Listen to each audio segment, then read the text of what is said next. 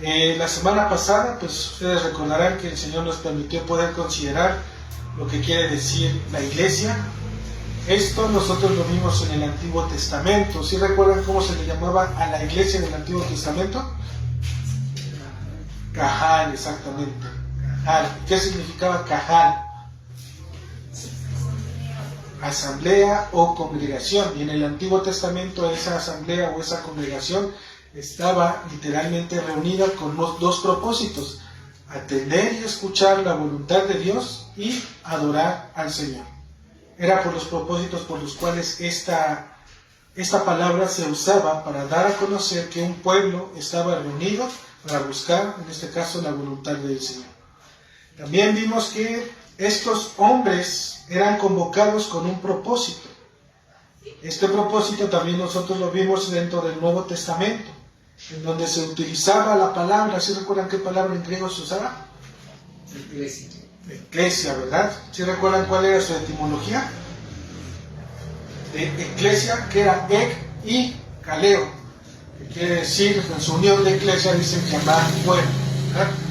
¿A quiénes está llamando fuera? A aquellos que el Señor les está diciendo que son pueblo suyo. A ellos les están diciendo: ustedes son mi eclesia, es decir, ustedes son llamados a salir fuera en este caso. Se utiliza, dijimos, alrededor de unas 115 veces en el Nuevo Testamento, e hicimos mención de la aplicación que tenía en el Evangelio de Lucas, ¿sí? En el Evangelio de Lucas, más bien en el libro de Hechos que escribió Lucas. Allí había un texto en donde dijimos que era Hechos, capítulo 7, el versículo 38, en donde Lucas identifica una iglesia en el Antiguo Testamento. ¿En qué momento? Cuando la congregación estaba reunida en el desierto. En ese momento las Escrituras nos dan fidelidad que en ese tiempo había una iglesia conforme al pacto que Dios tenía con ellos en un principio. ¿Vale? Esta multitud de creyentes reunidos con el propósito de adorar y conocer la voluntad de Dios y ponerla por obra, a quienes les llama su iglesia. ¿Y se acuerdan cuál era el principio? El principio que el Nuevo Testamento en el libro de Hechos nos marcaba como parte de ver una iglesia reunida. Exactamente. Hechos 2, del 41 al 42. ¿Qué es lo que ellos hacían? Ellos, de manera unánime, al haber creído, fueron ¿qué?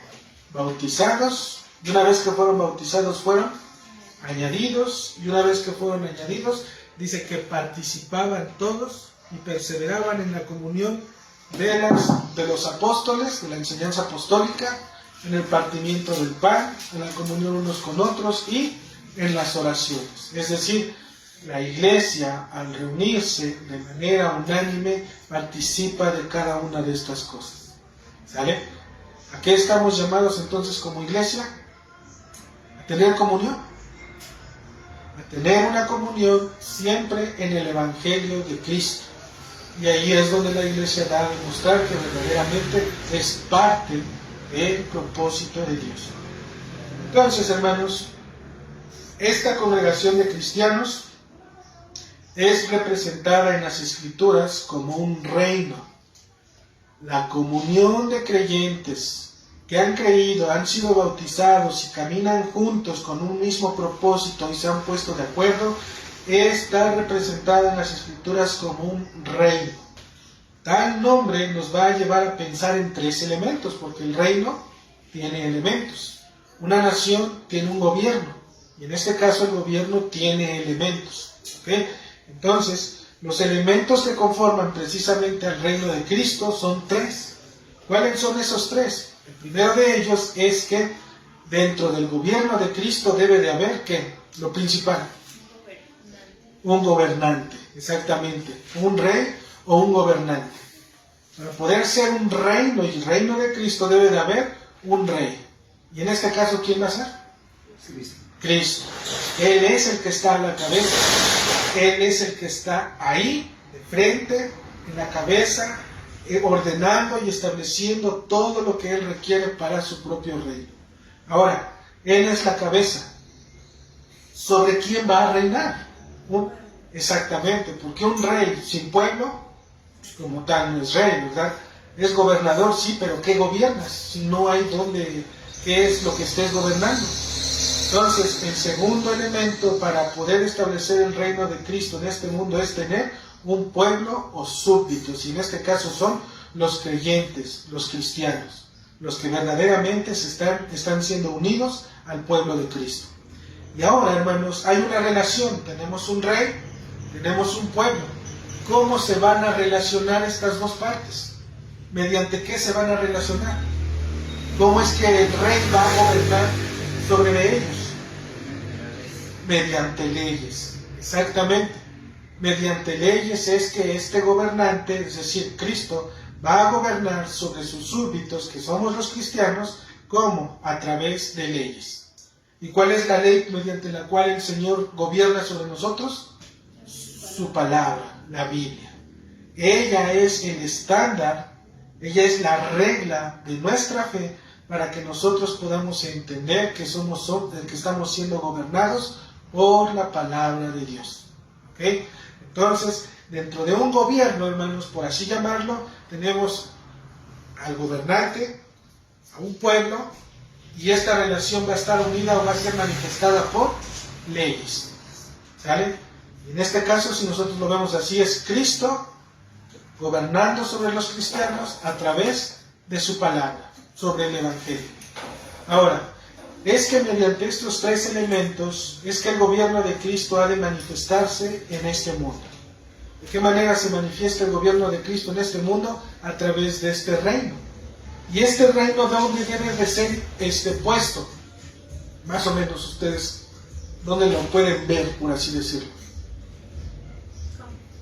¿Dónde se debe de manifestar el gobierno de Cristo en este mundo? En la tierra. En la tierra es donde está la iglesia. Ahí es donde Cristo reina. No que no reine en todo el mundo, por supuesto que Él reina, pero donde mayormente la voluntad de Dios debe de establecerse es dentro de su iglesia, porque aquí entendemos que el Señor reina. La manera visible de mirar estas tres cosas o tres elementos, a Cristo, a los cristianos siendo gobernados por su palabra, es a través de la iglesia local.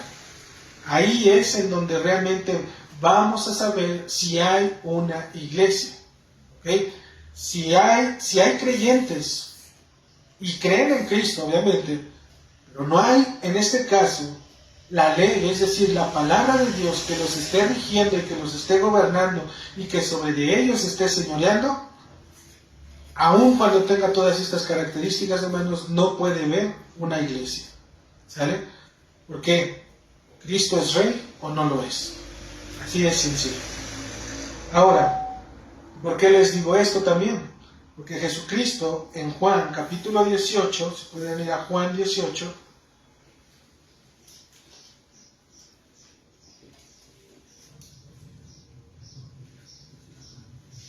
Juan capítulo 18, en el versículo 36, dice el Señor, respondió Jesús, estando en ese momento frente a Pilato. Dice, respondió Jesús, mi reino no es de este mundo. Eso es lo que nuestro Señor Jesucristo nos está dando a entender. Que la manera en la cual Cristo reina en su iglesia no es conforme a la imaginación del hombre. No es lo que el hombre en su momento crea o piense en su momento que se deben de hacer las cosas. Es lo que Cristo ha ordenado. Por eso Él dijo, mi reino, es decir, donde yo establezco mis leyes, donde yo gobierno, dice, no es de este mundo.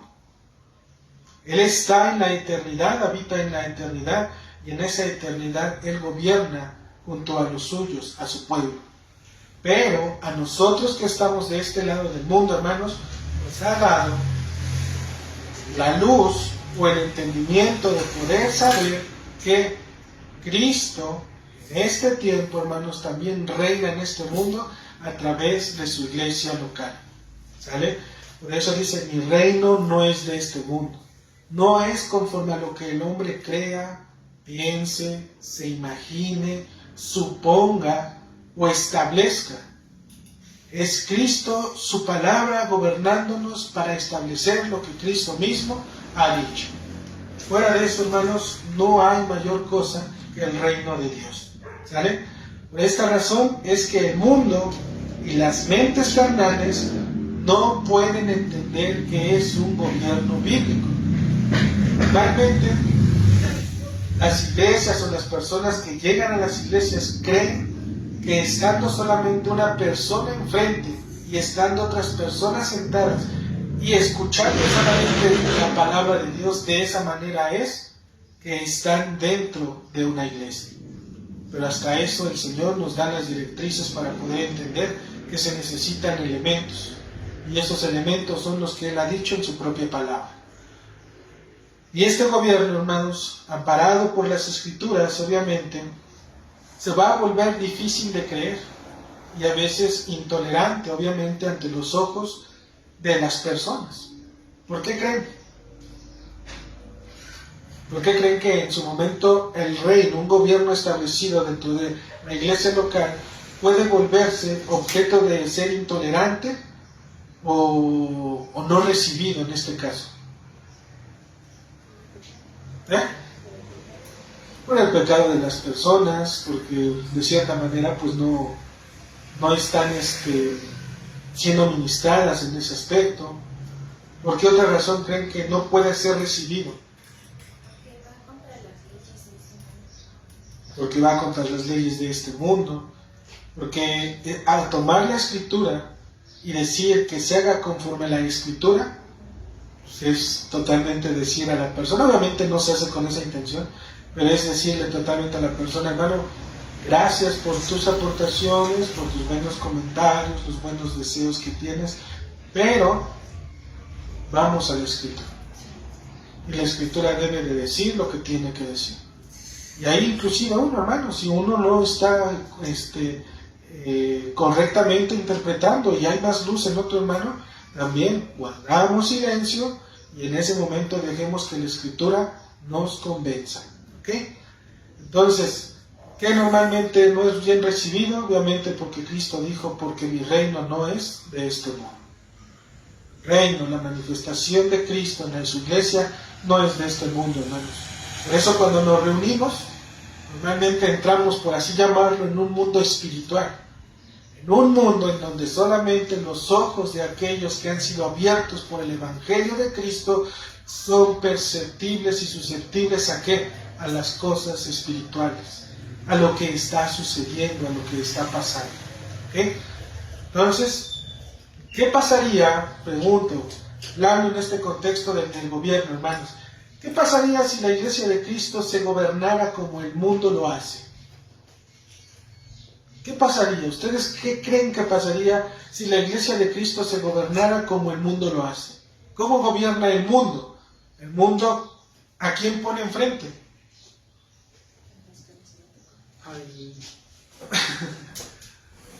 En este caso dicen por ahí, al que está más capacitado, pero capacitado ¿en qué aspecto?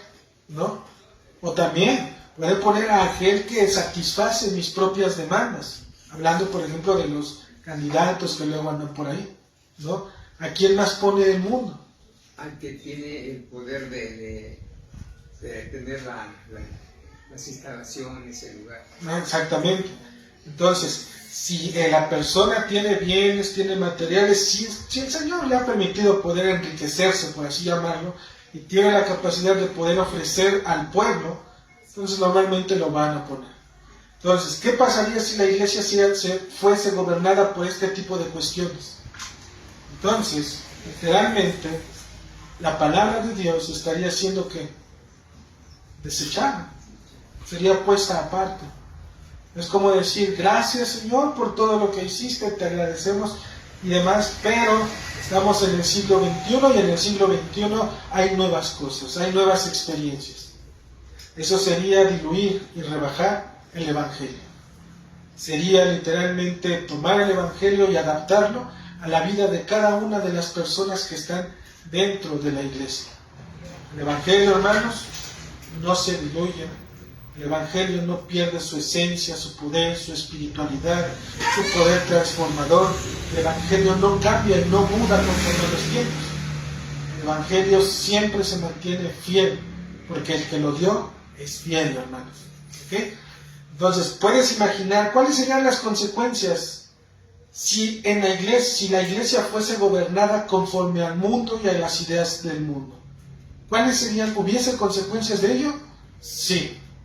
¿Cuál creen que serían esas consecuencias? La primera, que rompe la relación con Dios que ya habíamos. Rompemos esa relación, ese pacto con el Señor. Lo hacemos a un lado, ¿verdad? ¿Qué otras consecuencias habría?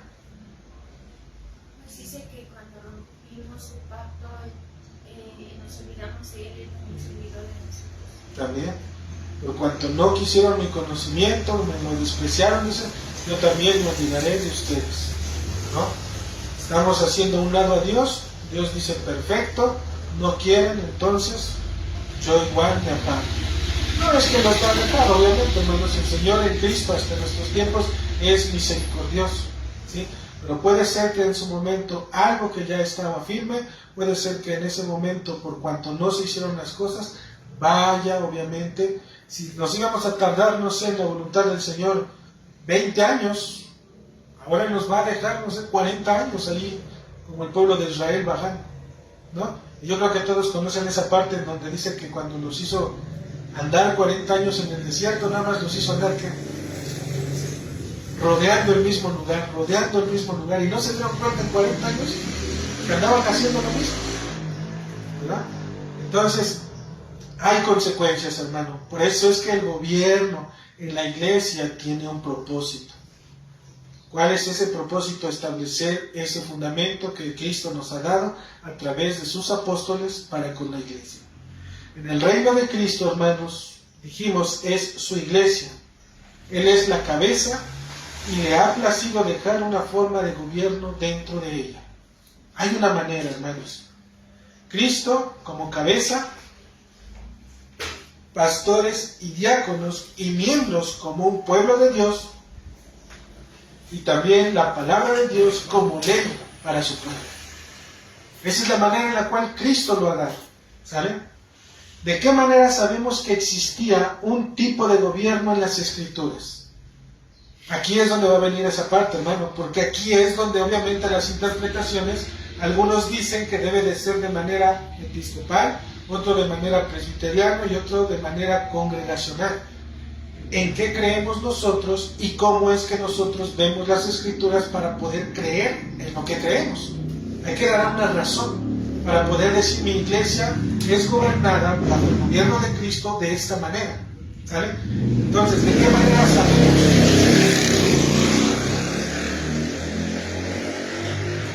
En Primera de Pedro, hermanos, si pueden ir a Primera de Pedro.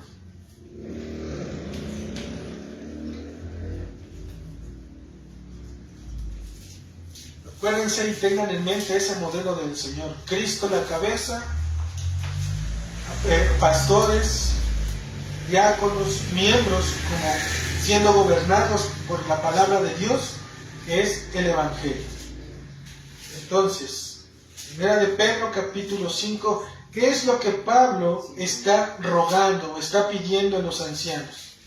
Dice la Escritura, ruego a los ancianos que están entre vosotros, yo anciano también con ellos y testigo de los padecimientos de Cristo, que soy también participante de la gloria que será revelada.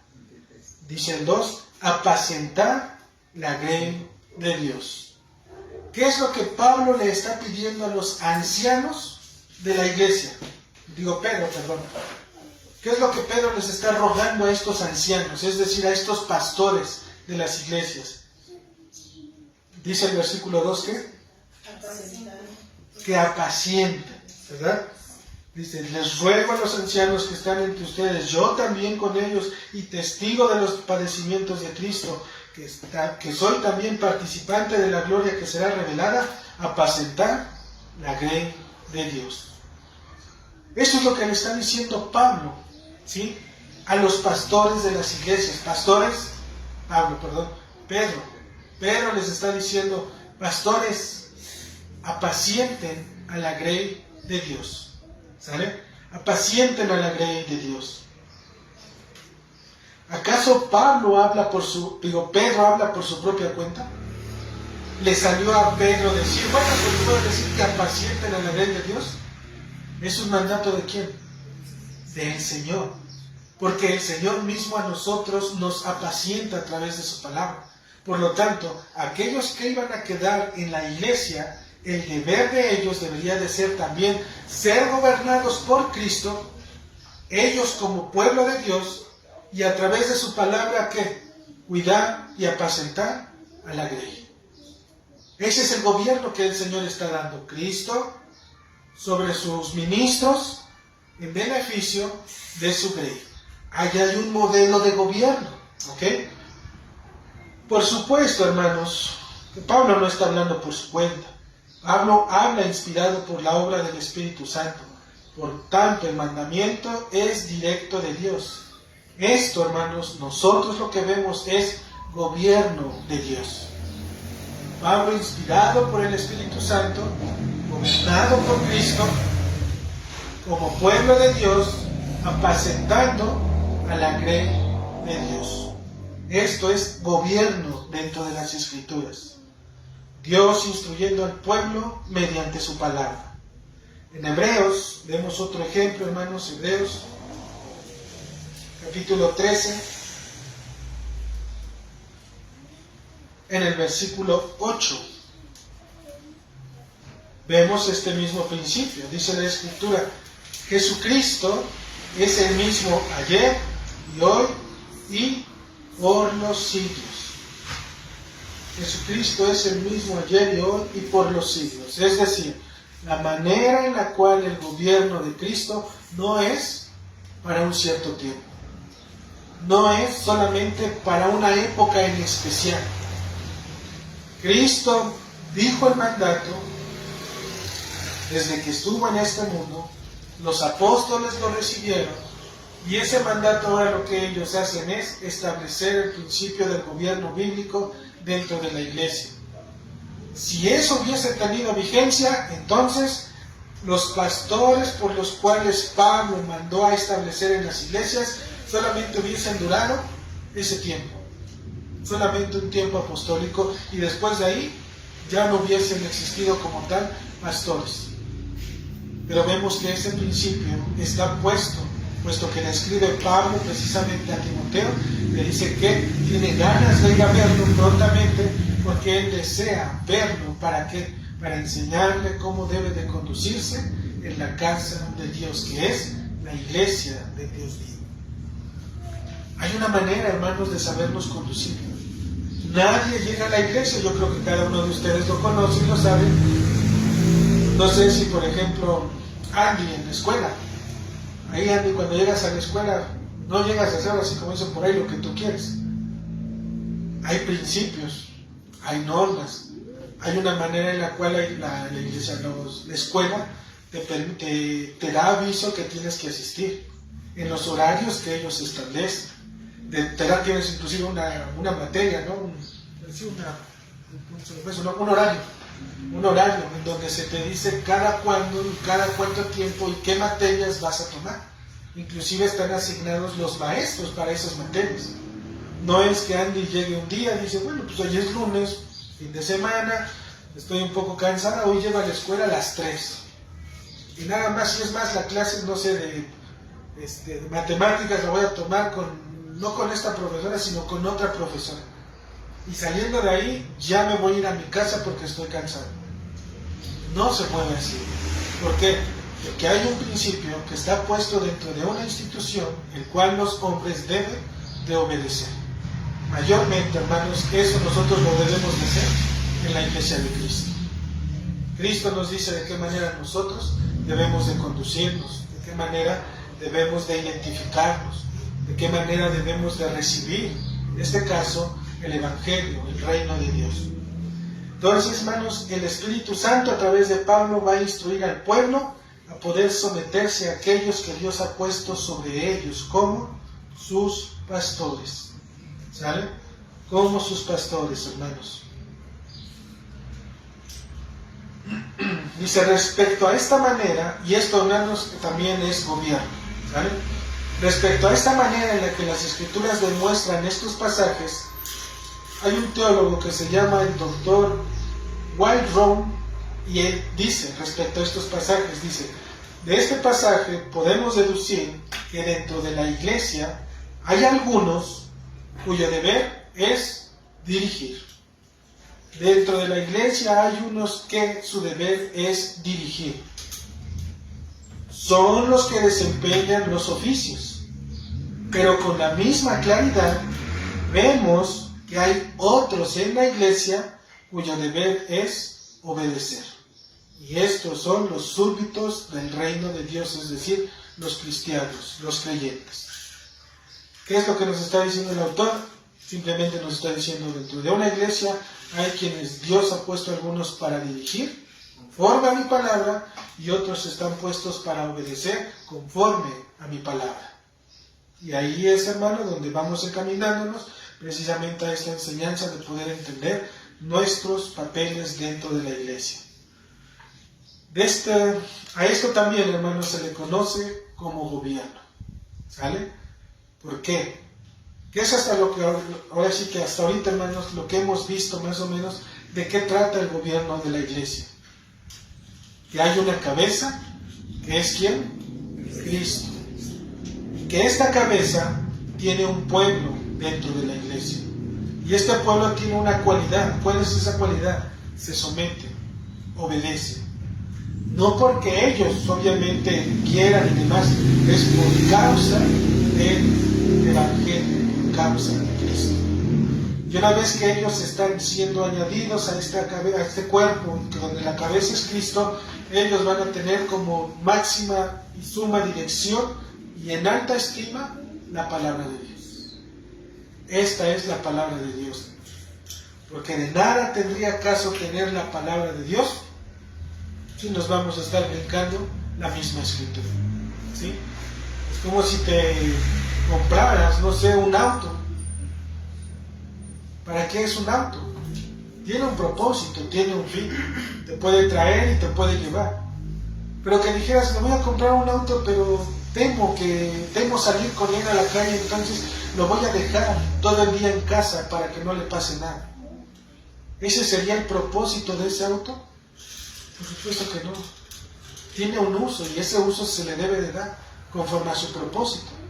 La palabra de Dios tiene un uso para la iglesia y conforme al propósito de Dios debemos de usar la palabra del Señor. ¿Sale? Entonces, hermanos, no sé si hasta aquí me sigan. ¿Vamos bien? ¿Todo bien? ¿Sí? Perfecto. Ahora,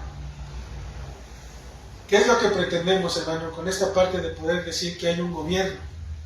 Que nosotros podamos ver que sí, en las Escrituras está puesto un gobierno en el Señor. Como tal, no tenemos a detalle la perfección de ese gobierno, pero las Escrituras nos dan cierta evidencia para poder inferir acerca de ellas y poder deducir lo que el Señor nos está ordenando. Él da principios generales. ¿Sale? Ahorita lo vamos a ir viendo más o menos para que vean a qué me refiero. Él da principios generales, no da detalles, ¿sí? Él da principios generales. Dice, sin embargo, hermanos, cuando decimos de gobierno, dijimos, hay formas en las cuales el gobierno de la iglesia ha transcurrido en el transcurso de la historia. Y la primera de ellas es el gobierno episcopal que dijimos hace rato. No vamos a hablar ahorita de ello, solamente los voy a mencionar, pero sí se tiene la intención de que lo podamos ver para que por medio de las Escrituras, hermanos, nosotros podamos deducir en la ayuda del Espíritu Santo qué es lo más sano cuando somos gobernados. Es decir, no les quiero decir ahorita así como que, nosotros creemos en esto, yo creo que la mayoría lo sabe, pero para que ustedes puedan ver que el gobierno que se está poniendo no es lo que uno cree, sino que conforme a la Escritura es lo más apegado a lo que el Señor nos puede mostrar. ¿Okay? Y en esa senda, pues sí podemos caminar, hermanos, porque estamos siendo temerosos de poder hacer las cosas bien. ¿Sale? Entonces, la primera es el gobierno episcopal, la segunda es el gobierno presbiteriano y el siguiente, el tercero, es el gobierno congregacional. Algunos los llaman independiente, ¿vale? Eso lo vamos a ver, puede ser que la siguiente semana. Lo importante ahorita, hermanos, y por el momento aquí, es poder demostrar y ser convencidos por lo que las Escrituras dicen precisamente acerca del gobierno de la iglesia. ¿A qué me refiero con esto? A que ustedes puedan dejarse persuadir en el aspecto de que las Escrituras los convenzan a ustedes. No lo que yo crea o piense o me imagine, sino lo que las Escrituras hablan por sí solas. ¿Saben?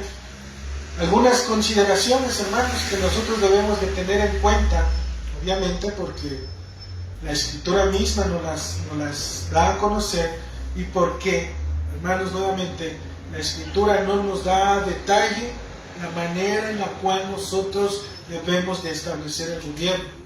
La Escritura solamente da principios generales. Y estas consideraciones es, la primera de ellas, la Escritura ofrece principios generales, que era lo que les decía.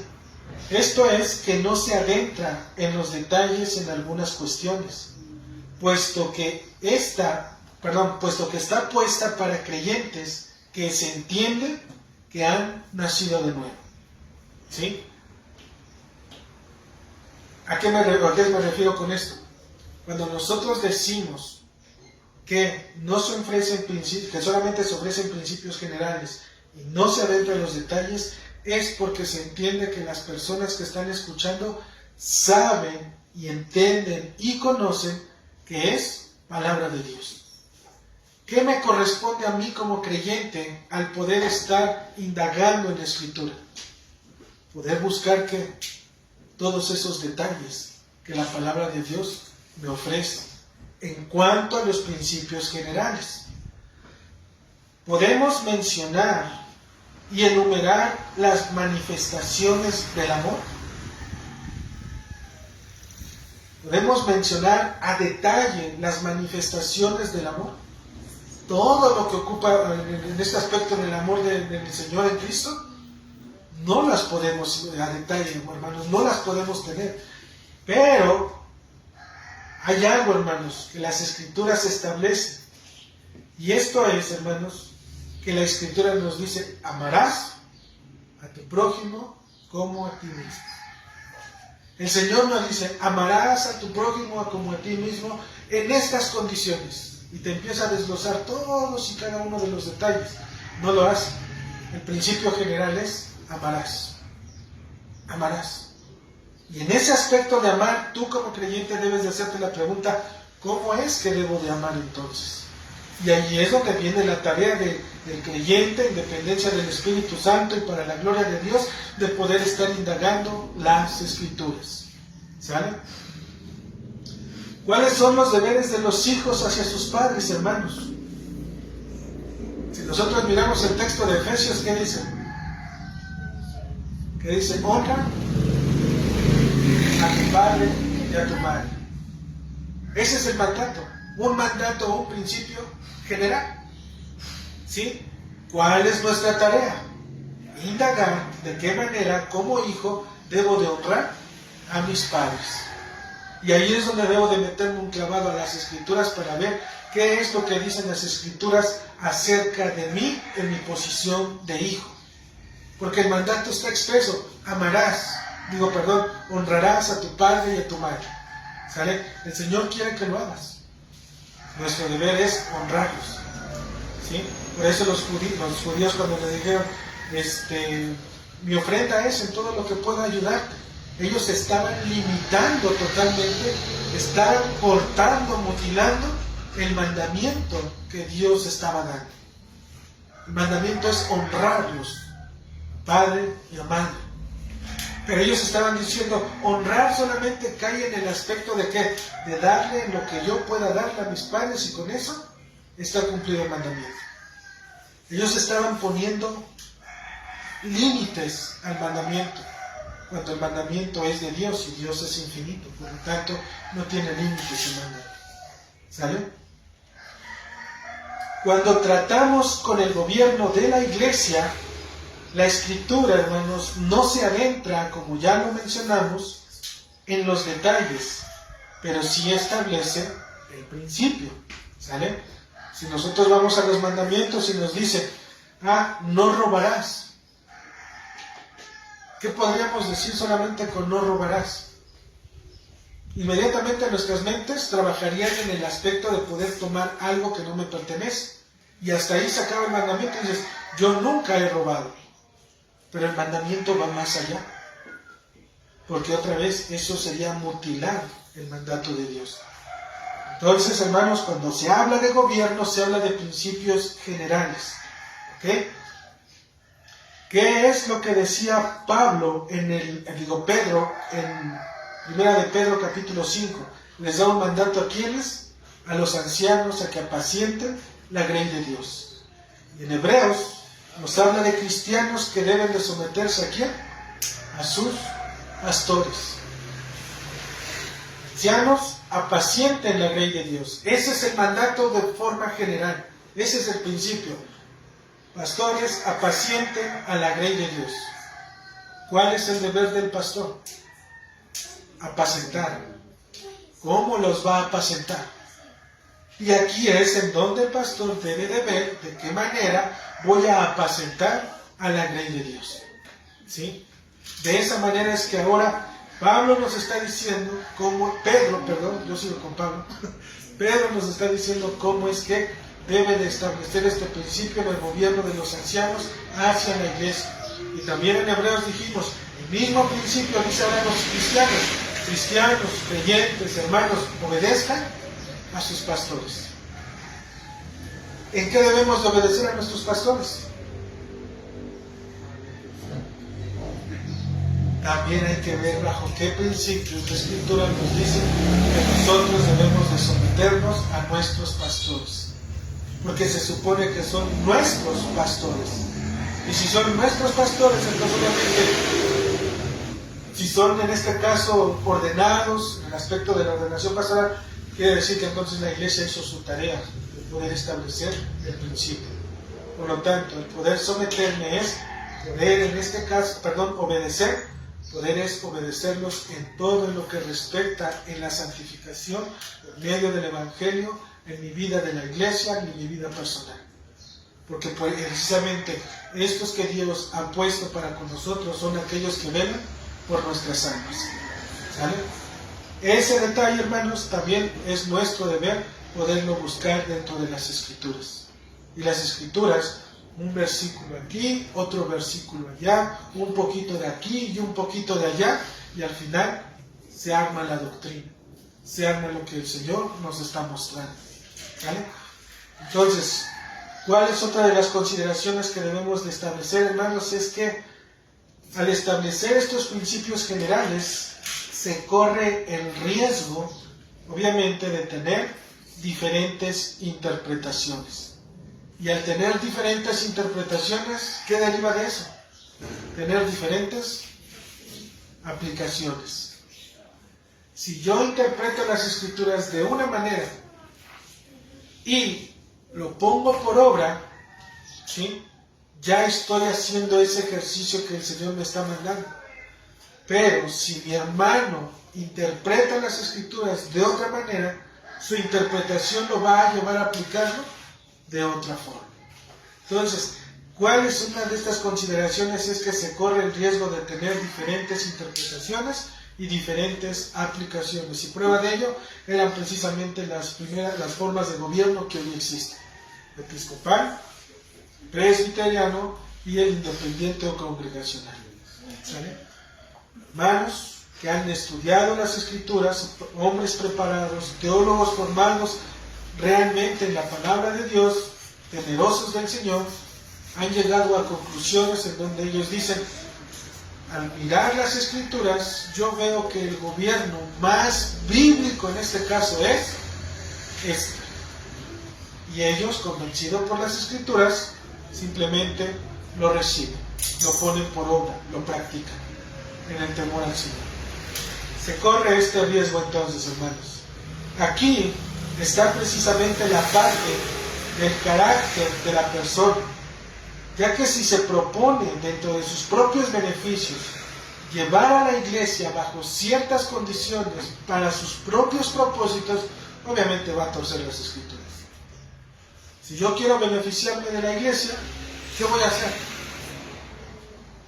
Les voy a tomar la escritura, se las voy a poder nada más decir cómo es que debe de ser, y ustedes, si no leen la palabra de Dios, si no buscan del Señor, si no oran y si no piden en este caso luz, van a ser llevados en ese camino, solos, y van a terminar experimentando un gobierno que ni siquiera es bíblico. Y posteriormente ahí vienen las cargas. ¿Cuáles son esas cargas? Pues que ahora el pastor quiere esto, que ahora el pastor quiere aquello, ahora quiere que se lidere, ahora quiere que ahora nada más es para él y demás. ¿Todo por qué? Porque precisamente la iglesia no hizo que su chamba, su trabajo. ¿Sale? Entonces, se puede correr ese riesgo, hermano, y hay muchas iglesias que tienen este problema. Pero por cuanto ya está esa persona en la cabeza, difícilmente lo pueden quitar. Difícilmente. Dice, sus propios beneficios, dice.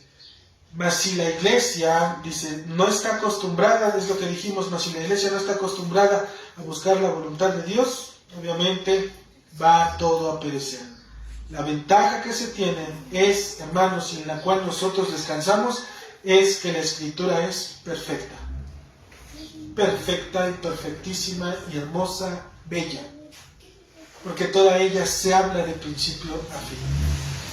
Y aun cuando nos citasen textos, si no están conforme en este caso conforme al principio que el Señor demanda, hermanos, aún el texto no es que pierda su poder, lo que pierde poder es la interpretación que se le está dando. Por eso, hermanos, es que damos gracias a Dios que tenemos las escrituras, porque ellas son las que nos hacen poner nuestros pies realmente en la tierra, las que nos hacen realmente mirar a la palabra de Dios y bajo ella poder saber que estamos caminando de manera adecuada. Y si el Señor le place más adelante darnos más luz para poder caminar, ¿qué hacemos? Se estudia, se recibe, se habla, se ora, y en el Señor se hacen precisamente esas adecuaciones, no quitando, no poniendo ni demás por nosotros mismos, sino por la misma escritura, por la palabra de Dios. ¿Okay? Entonces, hermanos, básicamente esto es lo que hoy nosotros podemos conocer un poquito acerca de lo que es gobierno. El gobierno de la iglesia está puesto por tres elementos: Cristo la cabeza, un pueblo siendo gobernados por su palabra, por la ley de Dios.